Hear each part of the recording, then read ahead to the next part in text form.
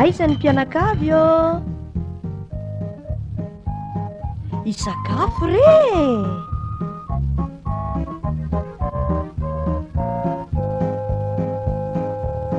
sakafo panahy anio iarahanao amin'ny andriny Jesosy Kristy vonika andresy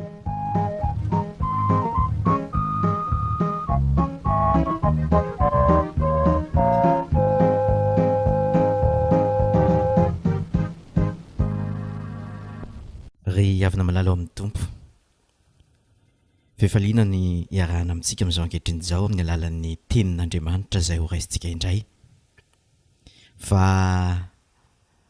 ho no alo raha misy ray zao olona milaza fanafodina vahaolana lehibe anankiray mety tena hankalazainy eo anatrehanao hoe zao ny fanafodiny zao na vahaolana ny amin'ny ity ahoana ny mahatonga anao tapa-kevitra ny hino azy hino zany olona miteny zany na tsy ianao ve aloha mino zava-mahagaga ary zava-mahagaga toy inona no tena inonao ry havana malala miomana ary andray ny jaona toko 20 amin'ny tean'io ity fa hita zava-mahagaga tokoa isika ary zava-mahagaga tsisy toy izany satria tsy mbola nisy fahagagana toy izany ho hitantsika jaona toko 20 filazantsara araka ny jaona toko 20 no ovakitsika manontolo amin'ny tean'io ity fa melo izany ivavaka isika tompo hamaka ny teninao indray zay ta io zao fotoana izao mba azo ny tsara avy ny anjarany ary iaina sy ino noho ny teninao ny tsara avy iaina ny fiainana araka ny sitraponao amin'ny anaran'i Jesosy Kristy amen. Ndeha ovakitsika ary ny jaona toko 20 andininy voalohany ka hatramin'ny 10 izy ity dia mitoy ny amin'ny teo aloha nahitantsika ny nanomboana an'i Jesosy tamin'ny fijaliana na hafatesany ary nandevenana azy dia jaona toko 20 inona ny sotorin'ny nandevenana an'i Jesosy Kristy ovakitsika aloha ny tapany voalohany andininy voalohany hatramin'ny 10 ihany foana ny fasana ary tamin'ny andro voalohany amin'ny herinandro dia nandeha maraina koa mbola maizimaizina ka ny amin'ny fasana Marie Magdalene ka nahita ny vato voaisitra tamin'ny fasana dia niazakazaka nakany amin'ny Simona Petera sy ilay mpianatra tian'i Jesosy izy ka nanao taminy hoe nalain'olona tao am-pasana ny tompo ka tsy fantatra izy nametrahany azy dia nandeha Petera sy ilay mpianatra anankiray ka nakany amin'ny fasana ary niary niazakazaka izy ireo lahy ary ilay mpianatra anankiray niazakazaka nihoatra ny Petera ka tonga taloha teo amin'ny fasana ary no niondrika ny tsirika izy dia nahita ny lamba-paty nipetraka teo nefa tsy niditra tao izy ary avokoa Simona Petera nanaraka azy dia niditra tao am-pasana ka nijery ny lamba-paty nipetraka teo ary nosara izay nafeny lohany tsy mba nipetraka teo amin'ny lamba-paty fa voavalina mitokana ary tamin'izay dia niditra koa ilay mpianatra anankiray izay tonga taloha teo amin'ny fasana ary nahita ka nino fa tsy mbola fantany ny soratra masina fa tsy maintsy hitsangana amin'ny maty Jesosy dia lasa indray ny mpianatra nody tany aminy amen. Zay ny tapany voalohany ahitantsika ny antsoina hoe fahitana ny maso fotsiny tena nahita eto ny zava-misy dia inona ny zava-misy ngeza indrindra hitantsika eto havana hoy lohateny apetraka ny baiboly azy hoe foana ny fasana.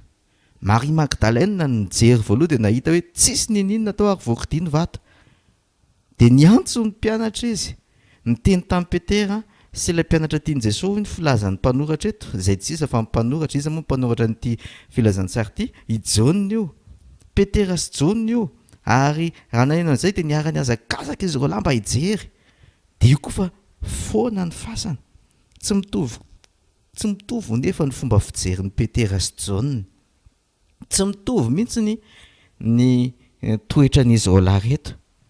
Hitanao fa i Jaona ny tonga voalohany teny amin'ny fasana fa tsy niditra. I Petera kosa ny tonga faharoa fa tonga dia niditra. Dia izay vao niditra Jaona fa mivoasoratra eo amin'ny andinin'ny fahavalo raha vao niditra i Jaona andinin'ny fahavalo nahita ka nino. Izay no voasoratra eto. Eto izany no somary hamalitsika ny fanontaniana ary andiniantsika tena. Karazan'olona toy inona ianao izay mihaino io? Mora mino ny zavatra mahagaga tahaka izao rehefa asehon'Andriamanitra zavatra sa tsy. Tsy mitovy hoe iaho Petera sy Jaona. Eto nefa dia manampy fanazavana ny mpanoratra eo amin'ny andinin'ny fahasivy fa tsy mbola fantany ny soratra masina fa tsy maintsy hitsangana amin'ny maty Jesosy. Tsy mbola fantany ny soratra masina fa hitsangana amin'ny maty Jesosy. Ny soratra masina manambara fa hitsangana amin'ny maty io Jesosy io fa mbola tsy fantany fa izy dia nahita an'izay dia lasa nody izy roalahy. Ry havana malala izay tapany voalohany foy izay dia ahitantsika lesona lehibe anankiray. Lesona lehibe mampiseho antsika ny amin'ny latsiny hoe fasana foana tsy nisy ninina fa avelan'Andriamanitra hahita isika. Avelan'Andriamanitra hahita isika mba hahatonga azy ianao hino fa Jesosy dia velonahy. Ianao ve anisan'ny mino hoe Jesosy velona amin'izao fotoana izao? Voalaza eto amin'ity andin'ny toko faharoapolo ity amin'ny jaona toko faharoapolo izany andin'ny voalohany fa tamin'ny andro voalohany amin'ny herinandro maraina ny alahady io dia efa velona Jesosy. Nitsangana tamin'ny maty Jesosy ary ny fandaminan'Andriamanitra ny zava-nisy rehetra na nisy ny fasana na ny zavatra hita noho ny hoe tsisy ninona tao am-pasana ary ny fipetraky ny lamba-paty. Asa na voadinika ao tsara ny zavatra ny tantaraina teo fa ny lamba-paty nipetraka teo dia tonga dia hita ny Jaona ary ny teny eo amin'ny andinin'ny fahavalo Jaona hoe nino izy. Ianao ve manakihino ny zavatra izay atoron'Andriamanitra anao? Misy fomba ange ampisehon'Andriamanitra ny tenany amintsika ry havany. Mety misy mitantara hoe fahitana nahitany an'Andriamanitra. Tsy ilaozan'izany. Misy silamo tena mijoro vavolombelona amin'izany. Silamo izay mitady an'Andriamanitra fa tena mila an'Andriamanitra dia nahita ny ahizana Jesosy Kristy. Izay tsy tena ambaran'ny baibolin'ny silamo na ny Koranina fa ny baibolin'ny kristianina fantany manambarana ny amin'io Jesosy io dia nitady an'i Jesosy tao izy, nandinika azy tao ary dia nifanena tamin'i Jesosy. Misy fomba ampahafantaran'Andriamanitra amintsika olombelona.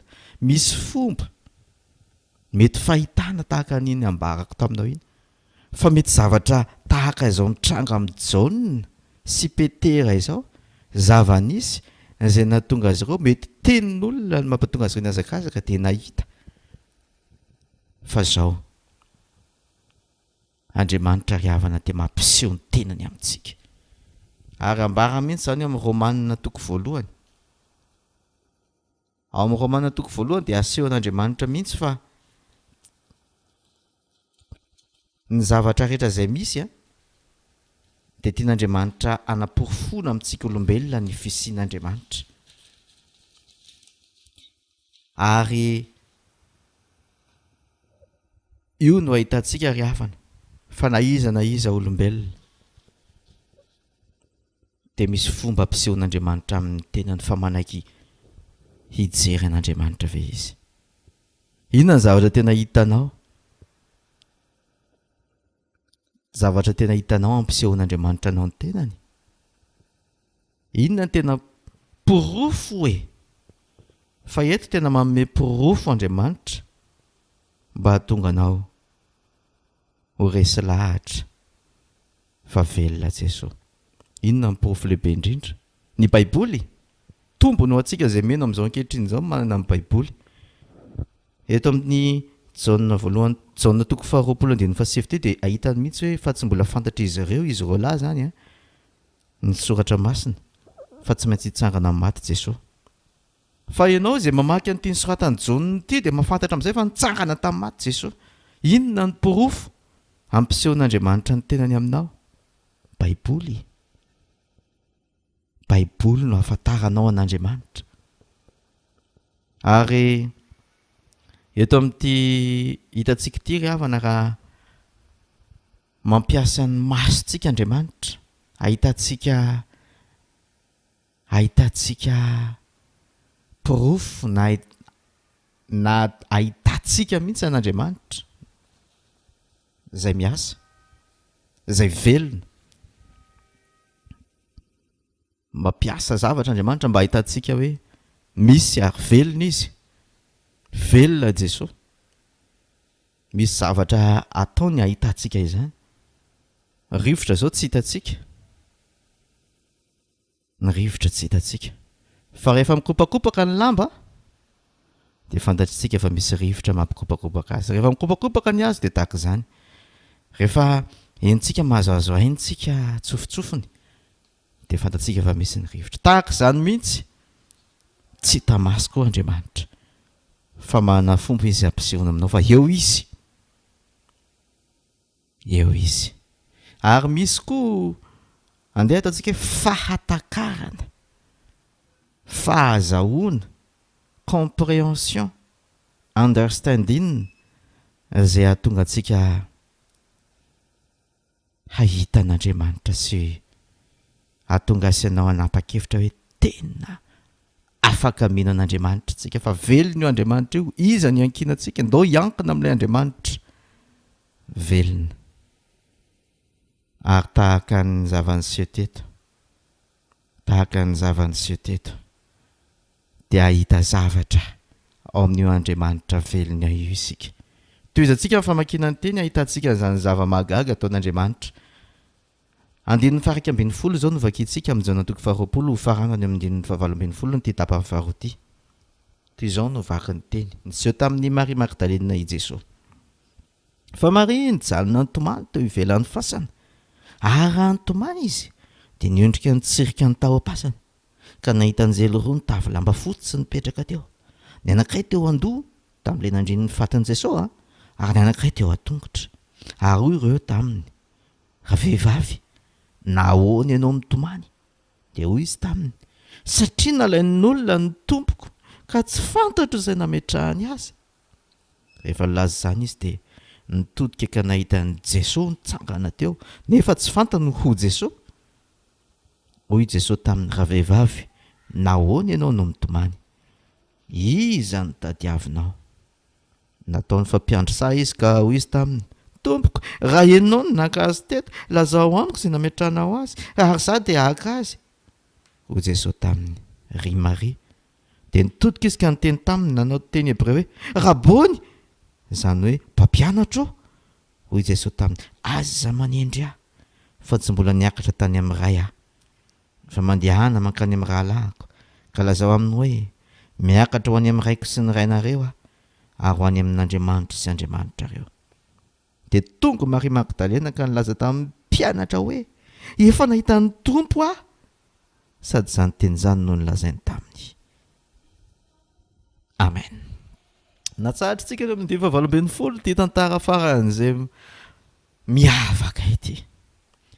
Tsy vitan'izay hitanao ny porofon'ny fahaveloman'Andriamanitra sy ny zava-mahagaga ataon'Andriamanitra fa miteny aminao Andriamanitra. Niteny tamin'ny Maria Magdalena izy. Eto Maria efa hitantsika tao amin'ny tapany voalohany fa izy nahita voalohany an'la fasana tsy nisy na inona hoe foana dia niteny tamin'izy roalahy fa izy dia avy eo nijanona teo ivelan'ny fasana nitomany fa tsy hita ny tompo dia nanomboka nitsirika izy tao am-pasana dia rehefa nitsirika izy dia nahita zavatra mahagaga fa mbola tsy tonga saina nahita anjely izy ahoana moa misy olona miresaka aminy ao anatin'la fasana dia ahoana izy tsy tonga saina ryhavana raha vehivavinao ianao mitomany nalain'olona ny tompoko hitanao zany abeany zavatra nanjohan'ny Maria hany ka tsy tonga saina mihitsy izy hoe tena misy irak'Andriamanitra efa eto anoloka eto nge miresaka amiko e tiampahery aho tiampahita aho fa velon'Andriamanitra tsy mbola tonga sainy Maria mavesatra ny alahelyny ary eo mandiny fa 5 tena Jesosy mihitsy farany tonga no averiny fa le mpiandry sa ohatrany hoe gardien zany an'ilay sa dia hoy izy hoe nantany Jesosy inona no nahoana ianao no mitomany izy notadiavinao dia hoe ozy ilay vehivavy hoe raha ianao mihitsy nakazy dia lazao amiko akako azy ihany jereo zany ao am-pony tena misy zavatra ao an-tsainy aka mifaton'ny tompo ahy aka mifaton'ny tompo hoe mitady mifaton'ny tompo ah izay ny ao an-tsainy Maria Magdalena ka io vehivavy kely io dia mieritratra hibata ny fatin'i Jesosy izay mahavariana fa na le ny akanjo rehetrarehetra teny amin'i Jesosy namonosana azy ary mipetraka teo am-pasina asa zany hoe batainy ahoana moa zany Jesosy raha ho hitany ary mieritrrehetra zany izy hoe Jesosy dia nivoaka ho azy tao am-pasina miboritana iza nangalatra an' Jesosy mibata azy miboritana nefa ny lamba paty rehetra mijanona eo fa mbola tsy tonga sainy Maria ratsy ny teny Jesosy manao hoe ry Maria nitodika izy tonga dia fantatry Maria hoe Jesosy ty ry havana mahavariana manamafy an'le nambarako tao aminao tao amin'ny fizarana voalohany hoe misy olona tena mitady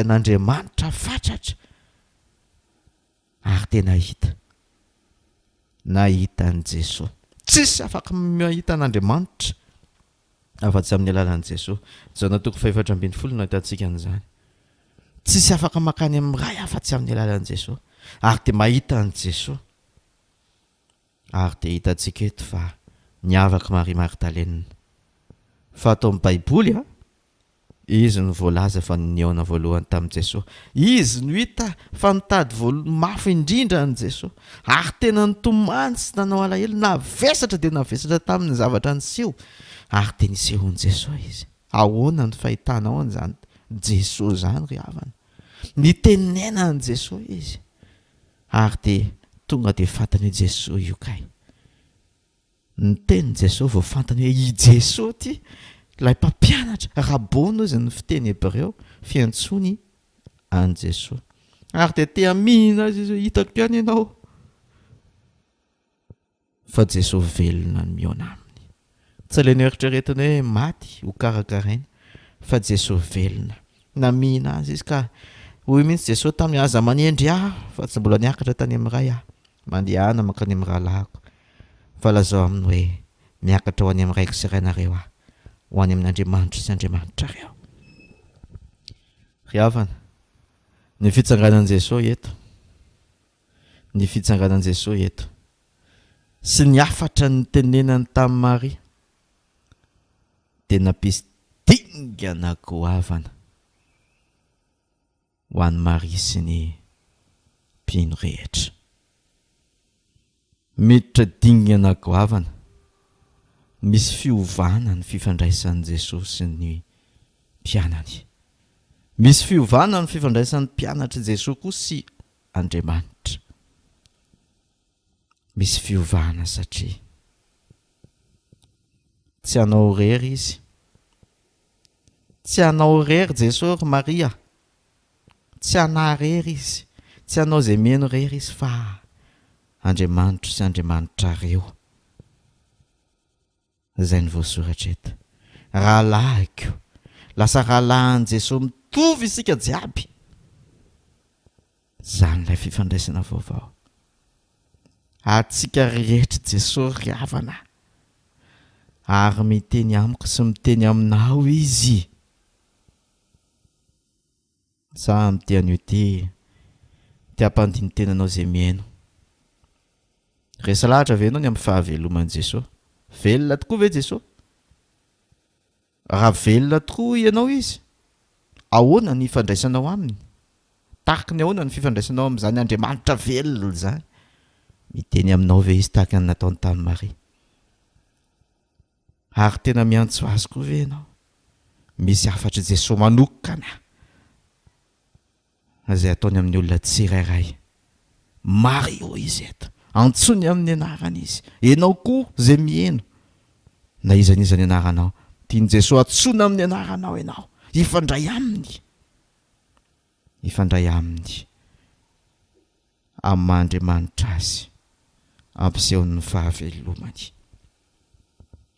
Ho rahalahinao Jesosy, ho anadahinao Jesosy, ary ho tonga rainao Andriamanitra, tena tianao Andriamanitra. Jereo ve ny zava-mahagaga teto hoe fa i Maria izay tena azo lazana ho latsaka indrindra no nahita indrindra an' Jesosy. Ianao koa ve mahatsapa ho latsaka indrindra? Ahitanao koa an' Jesosy. Jereo zany fitiavan'Andriamanitra, tena tia Andriamanitra ry havana. Io ny toetran'Andriamanitra tena miavaka hitantsika eto amin'ity nitsanganan'i Jesosy ity. Toetran'Andriamanitra tia, ka tia amin'ny fahasarom-piarony. Hafa mihitsy fahasarom-piaron'Andriamanitra io. An'Andriamanitra, an'Andriamanitra tiany ho azy isika, ka ifandraisany manokana, antsony amin'ny anaranao ianao ho azy, ho zanany. Fahasarom-piaron'Andriamanitra tsy mitovy amin'ny fahasarotam-piaron'olombelona. Fahasarotam-piaron'olombelona mantsy misy fiahiahina, misy ohatrany tsy mampandry saina, misy tahotra, misy tebiteby azy, hoe sao dia mivadika, sao dia misy zao manjo azy. Fa zao ny fahasarom-piaron'Andriamanitra kosa dia fitiavana miaro, fitiavana miaro ny azy amin'ny mahazanany antsika, ary mitady atsika io fitiavan'Andriamanitra io, ka mahatonga anao maheno zao afatra zao. Fa tadiavin'Andriamanitra anao omeny fiainana ho ampaherezina, tahaka ny retim-piainany reto, anana toky fa velona Jesosy. Ka ho irahany tahaka Maria Magdalena sy ry Petera sy Jaona zay voatonona teo, ho irahany ianao hitondra izany. Afatra lehibe fa velona Jesosy zany amin'izao tontolo izao. Ry havana, zany ny fahasarom-piaron'Andriamanitra. Tiany tratrariny ianao ho ampaherezina ary hanana fiainana ao aminy. Tsy tiany ho very ianao, ary zany ny zavatra hitantsika eto. Lesinao faharoa goavana be zany hitantsika tamin'ny ny fampiresahan'Andriamanitra tamintsika olombelona iny dia zao. Ny finoanan'i Jesosy Kristy hoe velona izy no fanombohan'ny fifandraisana vaovao amin'Andriamanitra. Misy fifandraisana amin'Andriamanitra satria tonga zanak'Andriamanitra izay nandray an' Jesosy ny Jaona 1:20. Ary ny fahatsapahanao fa zanak'Andriamanitra ianao dia tsarovy toetran'Andriamanitra sarom-piaro aminao io. Mieritreritra anao io, hamonjy ianao, hampahery ianao. Ahoana ny valy ny ataonao izany? Fa i Maria Magdalena vao naheno an'ilay tenin'i Jesosy, tonga dia lasa nakany amin'ny mpianatra, hoy izy nahita ny tompo aho. Zany teny zany mihitsy ny lazay, nahita ny tompo aho e. Rahalahinao ny olona mino an'i Jesosy rehetra, fifandraisana vaovao, fiainana vaovao, satria misy ankonana vaovao miforona, dia ny ankonan'ny zanak'Andriamanitra. Ary lasa fiombonana, fifankahirezana, fa koa fitoriana filazantsara, apiditra ny hafa ho tonga ao amin'izany ankonan'Andriamanitra izany. inona no hiafarany ty jana toko faharoapolo ty ry havana. Hitantsika teo fa nahita ny porofiny mahavelona an Jesosy fa indrindra na ino sy ny fampiresaka tamin'ilay Jesosy velona ary misy fifandraisana miova eo ampino sy Andriamanitra. Inona ny hafarany ty jana toko faharoapolo ty. Manomboka andiny fahasivy ambin'ny folo no vaky itsika ary faranantsika andiny faraka amin'ny telopolo. Niseho tamin'ny mpianany i Jesosy. Ary rehefa tonga ny harivan'ilay andro voalohany amin'ny herinandro, raha voarindrina ny varavaran'izay niangonan'ny mpianatra no ny fatahoran'ny jiosy, dia tonga Jesosy ka nitsangana teo afovoany dia nanao taminy hoe fiadanana ho anareo. Ary rehefa nilaza zany izy dia nasehony azy ny tanany sy ny lany voany, dia faly ny mpianatra raha nahita ny tompo. Ary hoy indray Jesosy taminy, fiadanana ho anareo tahaka ny nanirahany ray na anirahako anareo kosa. Ary ny fanilazan'izany izy dia nanisy fofonaina ka hoy izy taminy, raiso ny fanahy masina, na elok'iza no avela anareo dia voavely zany, ary na iza kosa no tsy avela anareo dia tsy voavely zany. Fa Tomasy anankiray tamin'ny 12 lay atao hoe Didimo dia tsy mba teo aminy raha tonga Jesosy. Dia hoy ny mpianatra sasany taminy, efa nahita ny tompo zahay. Fa io kosa izy taminy, raha tsy hitako eo amin'ny tanany ny olatra ny nanomboana ny olatry ny nomboana ka ataoko eo amin'ny olatry ny nomboana ny ratsan-tanako ary ataoko eo amin'ny lany voany koa ny tanako dia tsy mba ino aho. Ary no ny afaka valona dia tafangana teo indray ny mpianany. Ary teo koa Tomasy dia tonga Jesosy rehefa voarindrina ny varavarana ka nitsangana teo afovoany dia nanao hoe fiadanana ho anareo. Ary hoy izy tamin'ny Tomasy, aty feto ny ratsan-tananao ka jereo ny tanako, ary aty feto koa ny tananao ka ataovy amin'ny lany voako, ary azaho isan'izay tsy mino fa mino. Tena maly Tomasy ka nanao taminy hoe Tompoko sy Andriamanitra. Hoy Jesosy taminy, satria nahita ianao dia nino? Sambatra kosa izay tsy nahita nefa nino. Ary nisy famantarana maro hafa koa nataon'i Jesosy teo mason'ny mpianatra izay tsy voasoratra amin'ity boky ity, fa voasoratra izao mba hinononareo fa Jesosy Kristy no zanak'Andriamanitra, ary mba hanananareo fiainana amin'ny anarany rehefa mino ianareo. Amen. Hatreo ny tenin'Andriamanitra. Voavakintsika ny jaona toko faharoapolo ary nyty fizarana fahatelo ity dia ahitantsika an' Jesosy niseho tamin'ny mpianany sy nidingana vitsivitsy na hatongavan'izy rehetra ao amin'ny finoana. Hitantsika eto zany ry havana. Hitantsika eto Jesosy raha nipoitra tamin'ny mpianatra, nanonona tamin'ny fiadanana. Ary miavaka mihitsy ty tenin'i Jesosy Kristy raha nipoitra tamin'ny mpianatra izy. Eo amin'ny andininy fa 12 nanisy fofinaina tamin'ny mpianatra Jesosy.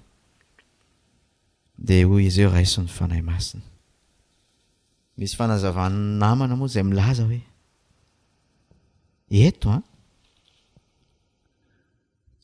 amin'ity andininy fa 12 ity, rehefa nilazana zany Jesosy nanisy fofinaina taminy nanao hoe raiso ny fanahy masina, dia azo lazaina fa tahaka ny nateraka indray ny mpianatra.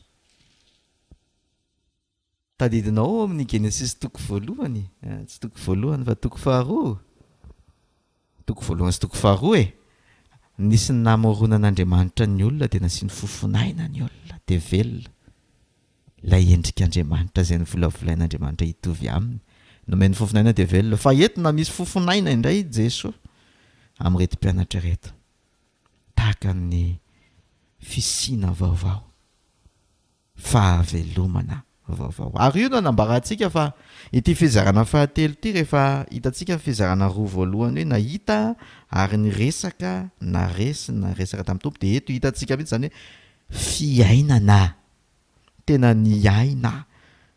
Ny mino dia tena miaina ao amin'i Jesosy Kristy, miaina fiainana vaovao. Ary ny fanombohan'io fiainana vaovao io hoy tsika teo aloha teo tamin'ny fizarana faharoa dia ny mino. Misy tamin'ny mpianatra tena somary sahirana ny hino.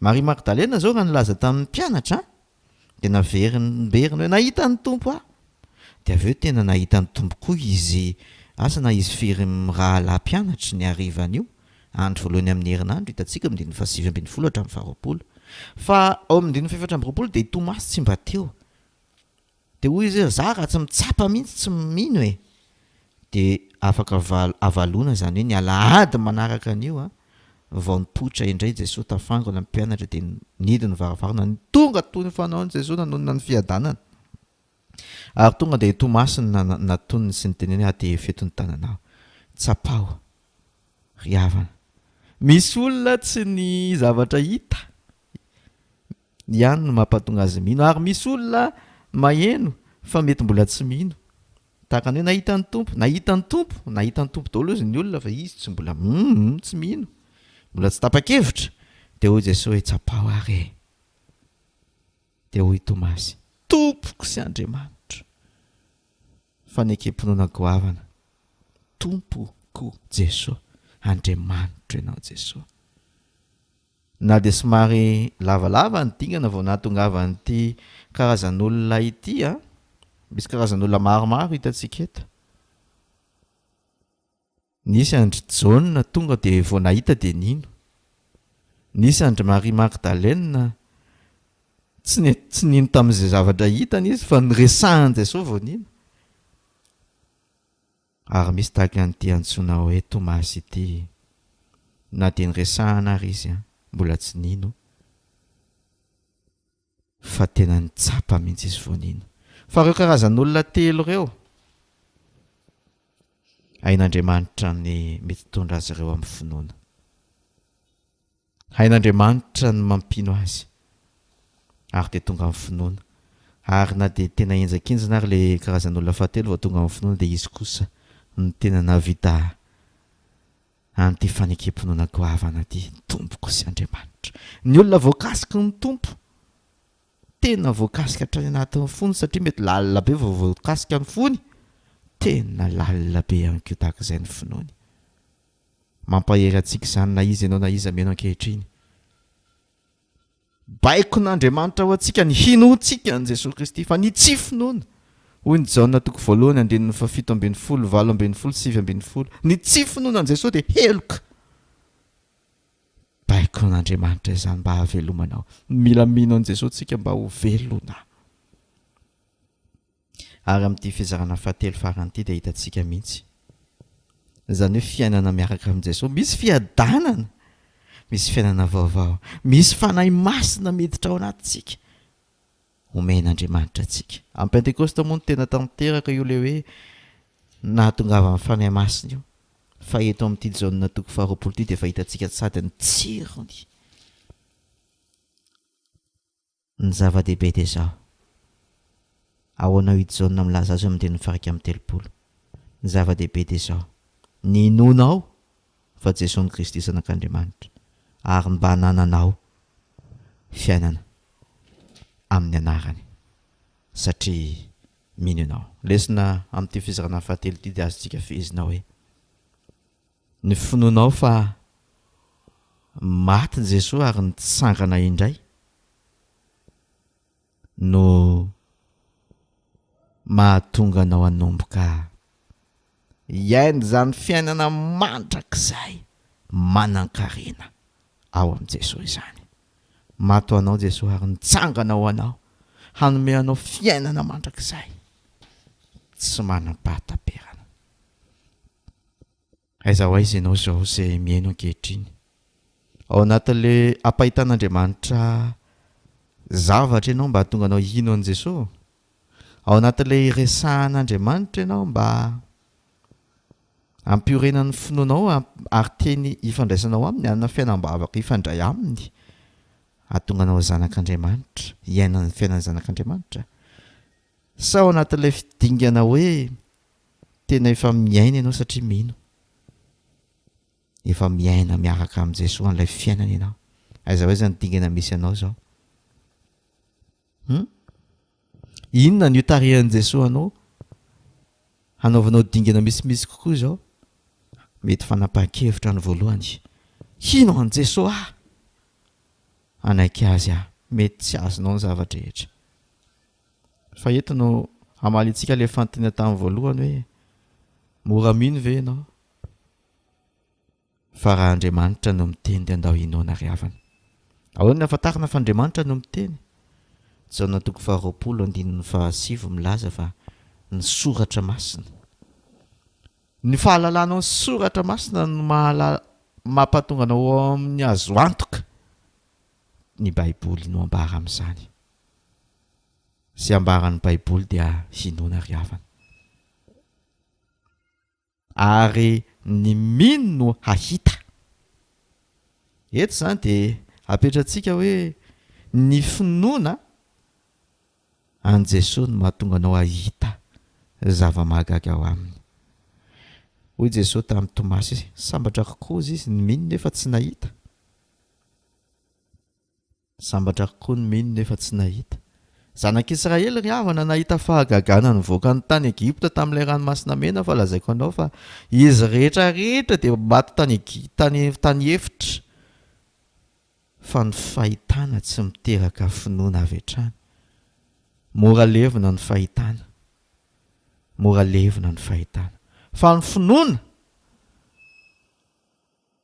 an Jesosy velona no mahatonga ny tena ahitana ny zava-mahagaga.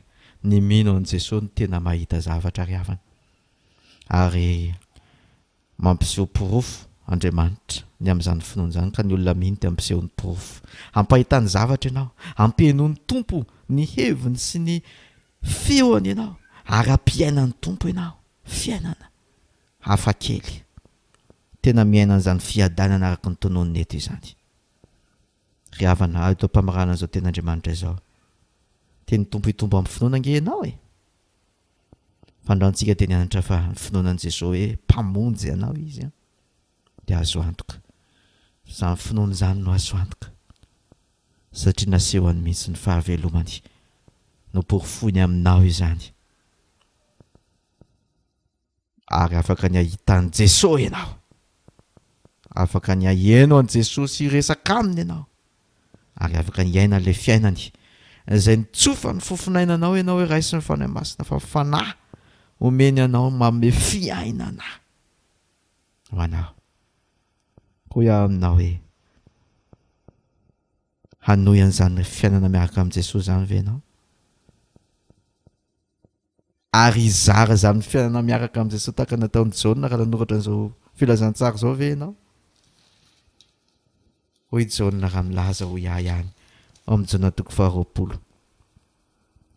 Andininy 3:30. Nisy famantarana maro hafa nataon'i Jesosy teo mason'ny mpianatra tsy voasoratra amin'ity boky ity. Fa voasoratra izao mba hinoanareo fa Jesosy ny Kristy zanak'Andriamanitra ary mba hananareo fiainana amin'ny anarany raha mino ianareo.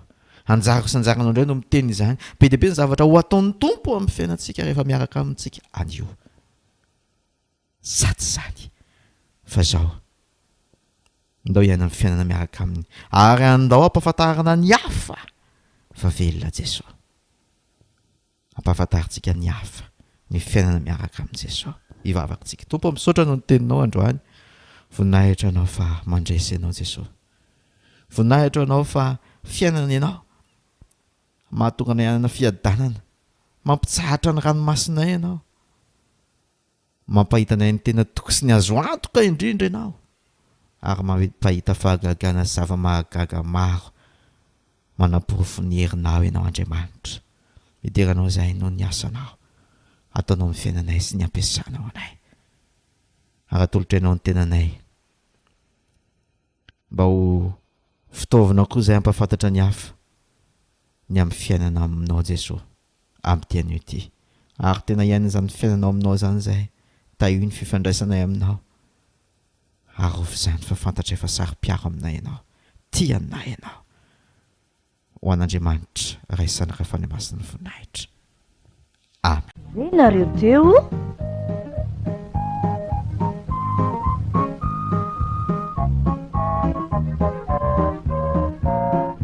sakafom-panahy.